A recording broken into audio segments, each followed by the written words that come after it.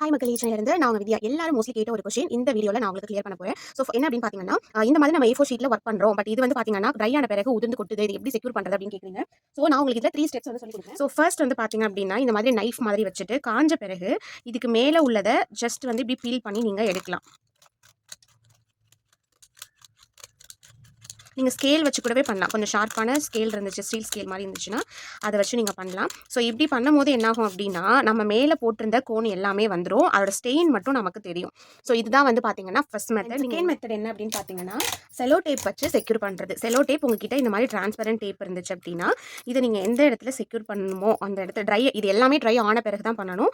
So இந்த மாதிரி வந்துட்டு நீங்கள் மேலே பேஸ்ட் பண்ணிங்கன்னா இந்த ஒர்க் எல்லாமே இந்த செலோ டேப்புக்கு கீழே வந்து இருக்கும். ஸோ உங்களுக்கு ஒர்க் வந்துட்டு ஃபேட் ஆகி கொட்டாது. எப்படி போட்டோமோ அது அப்படியே நமக்கு இருக்கும். இந்த மாதிரி நீங்கள் செக்யூர் க்ளூ நீங்கள் எது வேணாலுமே யூஸ் பண்ணிக்கலாம். ஸோ வேஸ்ட் பவுல் வந்து எடுத்துக்கோங்க. எடுத்துக்கிட்டு லைட்டாக வாட்டர், ரொம்ப வேண்டாம், லைட்டாக வாட்டர் ஆட் பண்ணிவிட்டு, ஸோ ஏதாவது ப்ரஷஸ், ஸோ ஜஸ்ட் இதை வந்துட்டு இந்த வாட்டரோட இப்படி மிக்ஸ் பண்ணிக்கணும். இதை ஏன் மிக்ஸ் பண்ணி யூஸ் பண்ணணும் அப்படின்னா, க்ளூ உங்களுக்கு ரொம்ப திக்காக இருக்கும். நம்ம இதை வந்து அது மேலே அப்ளை பண்ணும் போதுட்டே அது என்ன பண்ணிவிடும், நம்மளோட ஒர்க்கை வந்து ஃபேட் பண்ணி எடுத்துரும். ஸோ அதனால் இந்த மாதிரி வாட்டரில் நம்ம போட்டுக்கிறோம்.